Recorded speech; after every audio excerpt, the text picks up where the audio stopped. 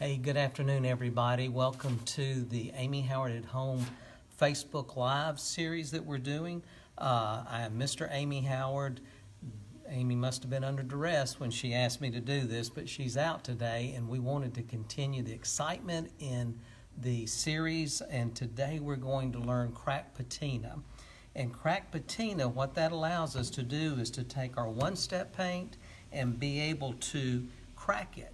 And even more so, we're going to show you how to manipulate it during the cracking process so that it can be a very aged look. It's not pretentious. It's not cheesy. It has a very well-worn look as though it really happened naturally over time.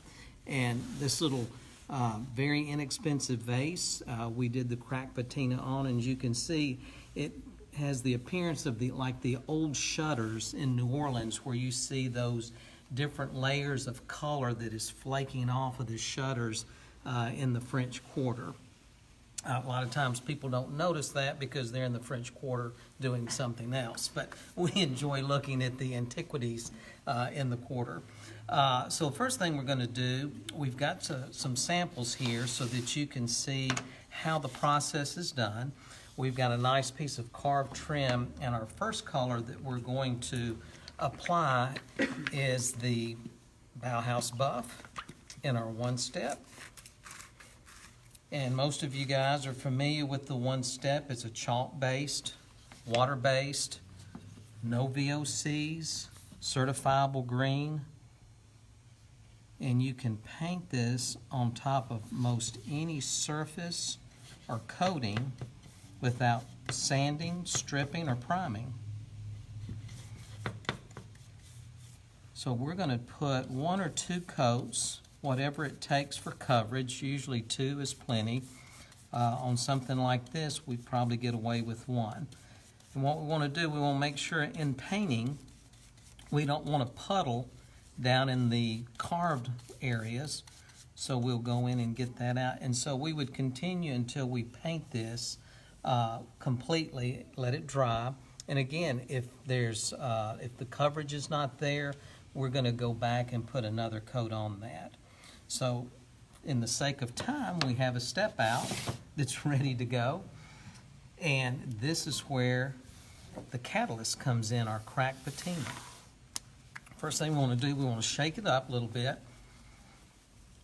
because the bottle will tell you to shake well. And we're going to put some into a container so we can use that for our dipping sauce.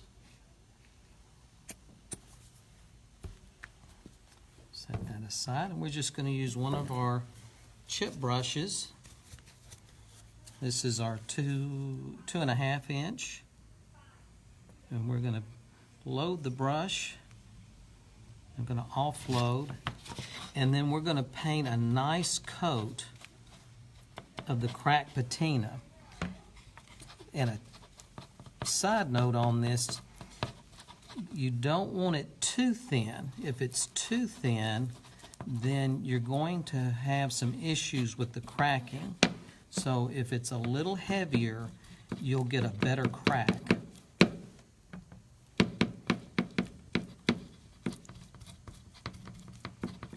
And you can see how it's starting to puddle in those lower areas. Again, you just go in and pounce it a little bit and just pull those puddles out, because the puddles, the only thing that the puddles will do is just make the drying time longer. And so we want to try to eliminate long drying times. So you can see about what the thickness is of coverage on that. And again, for the sake of time, we happen to have a step out. This one has been applied with the Cracked Patina. It's dried. And we're going to go to the next step, which is the Lux Gray. Now the Lux Gray, what this is going to do, this is going to give us a two-tone.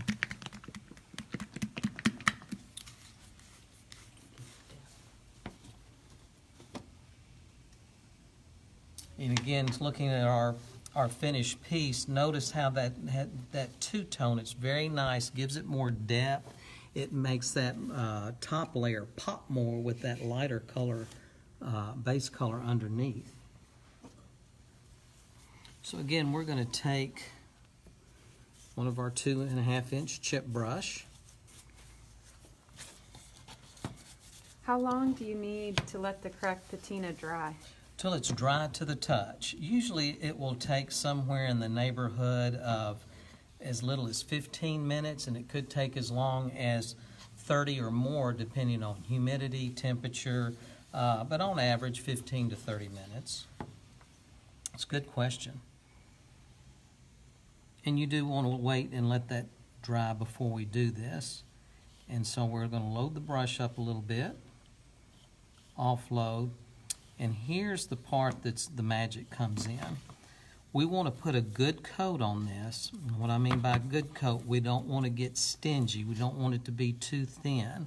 If it's too thin, it's not going to give you the cracking that we're looking for. And as we do this, we want to keep working in fresh area. We don't want to go back in and keep painting the area that's already had paint applied and continue to brush it, because what that does, it disrupts that process of where the cracking is occurring. Can you repeat the colors that you've used again? Our base color was Bauhaus Buff, and this color is Lux Gray.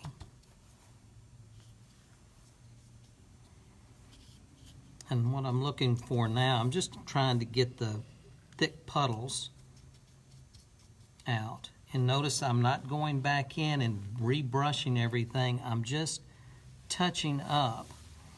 And if I'm working on a large section, let's say I'm working on a tabletop like this size, you have to do this in sections.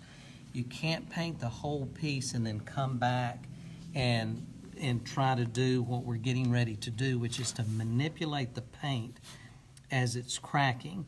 As this cracks, what's going to happen, the paint is actually floating on top of the cracked patina, and it's going to allow movement. And what we're looking for, the little timer on this, is we watch to where the cracking begins. When you start seeing cracking, and it's going to take a few minutes, matter of fact, to expedite it, we're going to put a little fan to it. This is what we call our California hair dryer. It's economical, no electricity, no Proposition 65 laws involved, no cancer-causing agents. Now see, let's zoom in, see where the cracking is starting to happen. It's very, very small right now, but as this begins to dry, the cracking will occur. And the cracking will occur usually where you first started, because that's going to be drying first. So notice the cracking that's happening, and that's what we're looking for. And we're just going to kind of keep doing this again. We want to expedite it just a little bit with time.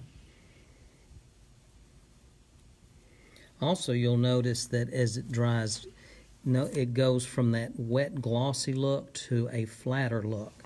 So these are little tips that we're looking for, the cracking and the dulling of the paint, and that lets us know that we're about ready to start the next process. And as we do, the next process will be, we're going to take a clean brush. This clean brush will act as our tool to pull the paint, and what we want to do is disrupt it. Now, we could leave this alone, let it dry, and what will happen is we'll get a crack that'll be fairly uniform across the entire piece. If you just want a crack finish, then it's done. We'll just let it dry and go on to the next step. But if you want it to look like our vase over here, then we're going to manipulate it. And the way that we get these pulled looks is with the brush. So going back into the area where the cracking is, I'm going to lightly put my brush down and pull just a little bit. See how it's pulling the paint? And as we do this, we want to remove the excess paint from the brush. And if you're doing a large surface, the brush is going to get loaded up with paint. And if it gets to the point where you're not getting enough paint off of the brush, then let's grab another brush. But again, as this continues to dry, it cracks, and we can start pulling a little bit more. And we just would continue to do this over the entire piece. Let's see how we can pull that. And if we want to, especially on a larger surface, we could use fingers and hands and start pulling a little bit with fingers as well. But again, we're looking for that cracking, because if not, then we're just mushing the paint around. This, when it's cracking, we know that paint's floating on top of the cracked patina, and we've got movement with it. So as you can see, this is drying very slowly, and we don't have a lot of time to wait to continue to be able to manipulate, but you can see what we've done, and you would just continue to do that as it dries, and you're looking for the areas that are cracking to do that pull. So we'll set this out and go to our next step out. This is a piece that we've pulled.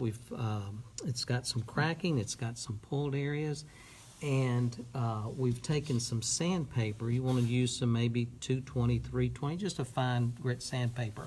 Lightly sand that.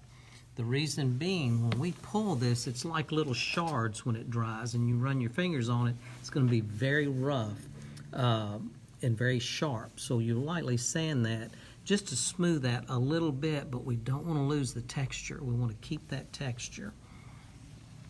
So the next step is we're going to take light antique wax. We're going to be using the two that Amy has talked about so many times, the light and the dark. They've been married, right?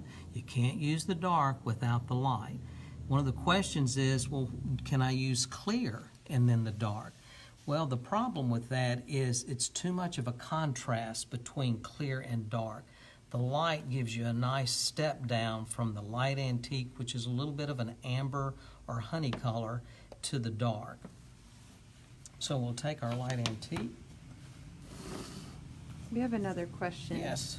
Do you recommend having the fixture flat, horizontal, or cracking on a vertical surface? You know, you can do it on either one. If you're able to have it horizontal, it's much easier. But if what you're using it on is vertical and you can't lay it down, it'll still work. And again, we'll have to do it in sections, because if I try to do this tabletop and paint the whole thing on top of the cracked patina, then by the time I get to the end where I first paint, it'll be dry and we won't be able to manipulate the paint. So once we've got our piece lightly sanded and ready, we're going to put a little light wax on. We're going to offload. As you remember earlier in the series, we always offload. And we're going to put a nice coat of light antique wax over the entire piece. We want to make sure to get down in these crevices, because the final step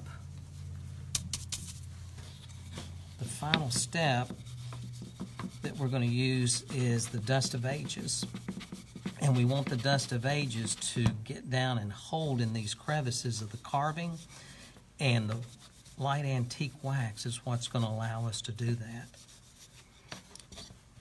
So you see, you can feel that, not in reality, but virtually we're not able to do that, but in reality, yes, you can feel that, and it's got just a very thin coat. You don't want to put it on heavy. A lot of times people put too much, and what happens, it won't dry, and it's sticky, and it won't buff up to a pretty sheen. So there's no need to put it on too heavy. As a matter of fact, if I feel like there's too much, I might go back and just lightly take some of that off.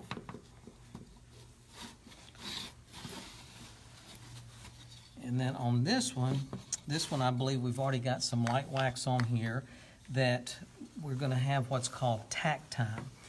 This one we put on earlier. I may put just a little more on because it's beginning to dry. And we want a Tack Time. Now, what's Tack Time?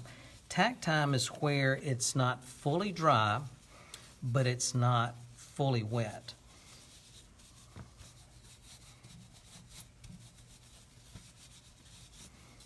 And I'm going to go back and just kind of take a little bit off the top surface so it'll tack a little quicker. So what did we talk about with tack? We want to make sure that the piece is hasn't fully dried, so when we put our dust of ages on, that the dust of ages will hold down in the crevices of the crack. Next step. We have another question. Yes. Can you use the dust of ages on top of the beeswax? Yes, you can use the beeswax as well. Beeswax is nice because it's a soft, it's a more fluid wax, and yes, you can certainly do that. So now we're going to go back, and the way you check for tack is if it still feels greasy, it's too damp, it's too wet. So you just want it to feel like there's a little bit of a pull from the wax that lets you know it's going to be able to hold the dust of ages.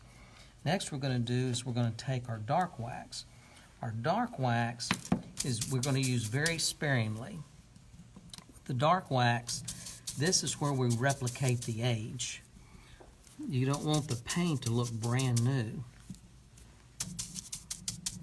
And as a side note, before we waxed, let's say I wanted to add a third color, we could have done that as well. We just put a very thin coat of the Cracked Patina again, and then put another color on top. As it dries and as it begins to crack, we start manipulating and pulling the paint. So now we start getting multiple layers of colors that really gives depth. So here we're going to take a little bit of the dark wax, and we're just going to very lightly, it's what we call dry brushing. There's very little on here, and we're not putting a lot on. We're being very specific of where we're putting it so that, again, it appears to be aged. Because, again, look at the bottom half and the top half. Notice how it's looking like it's been sitting in a barn or an attic.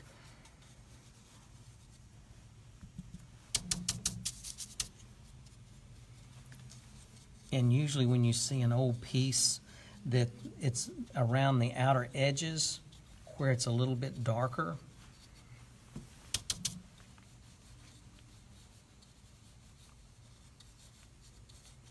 And the nice thing about this too, let's say I get too much dark wax on an area and it looks too muddy. That's okay. It's still damp, it hasn't dried, and the light wax has kept it from penetrating into the paint. So if I need to, I can just take a little bit off. So if you want to add a third color, do you do that before you wax or after? Yes, yes. Once we start the waxing process, no more painting, because one, the paint will not adhere to the wax. So we did a base color of the Bauhaus Buff, Cracked Patina, Lux Gray. We pulled the Lux Gray.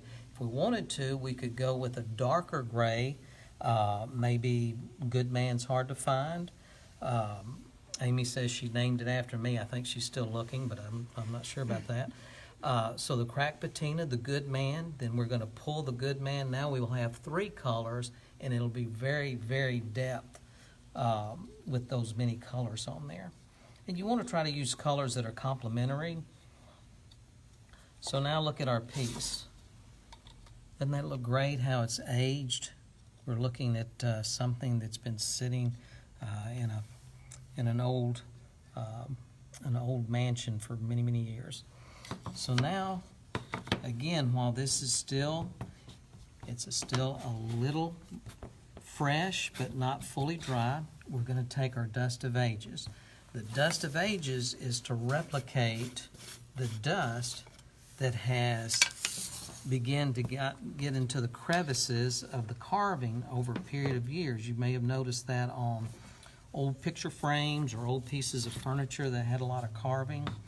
And what we'll do is take the dust of ages and we'll dip a fresh brush. Don't use your wax brush. Notice that we used a different brush each time, a new brush.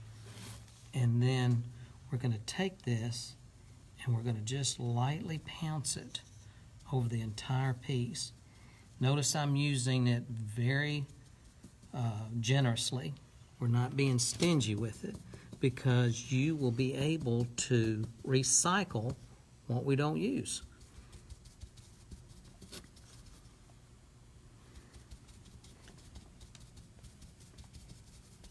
And now I'm pouncing, and I want to make sure it's down in these cracks and crevices. At this point, this is when it would be good to let it sit for maybe 30 minutes to an hour, if you can wait that long.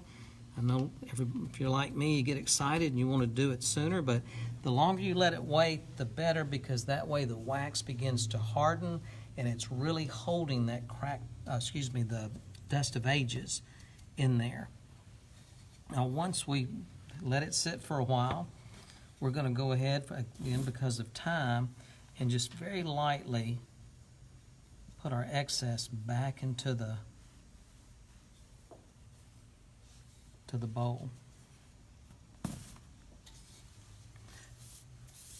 If, for some reason, you didn't let the wax come to tack and it was too fresh, and you do the dust of ages, and the dust of ages becomes very muddy, kind of like a paste because of the wax, that's no problem. Just take the clean slate, clean it off, and start over. That's why the clean slate's called clean slate.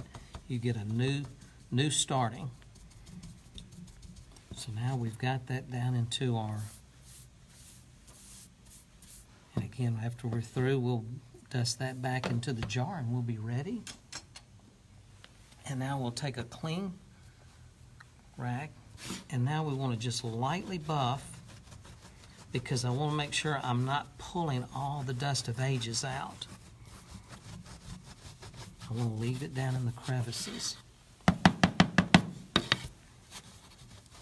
The nice thing too about the dust of ages, it really makes the carving pop and stand out. So when you go from this to this, see the difference? And as I continue to buff, notice the sheen that's coming up. Does that show up on the camera? The more I buff, the more the sheen starts to come out.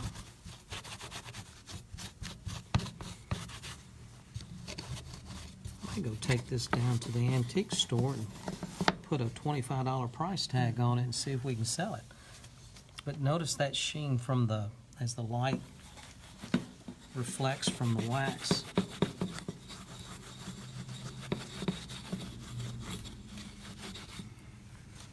And if I feel like maybe I need a little more depth, I can go back with my dark wax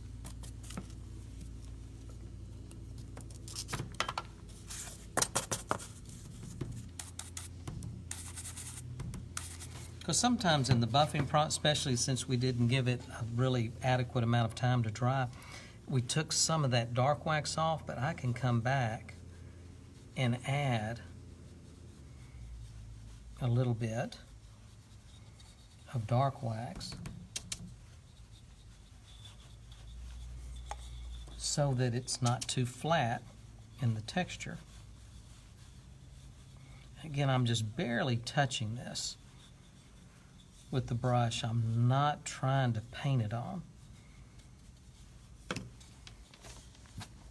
And then lightly go back and soften it. And then again, let this dry for 30 minutes to an hour. The longer the better. There's no too long, because if I wait till tomorrow and want to buff it, that's okay too. It just gives the wax time to cure. So, and there's our finished piece.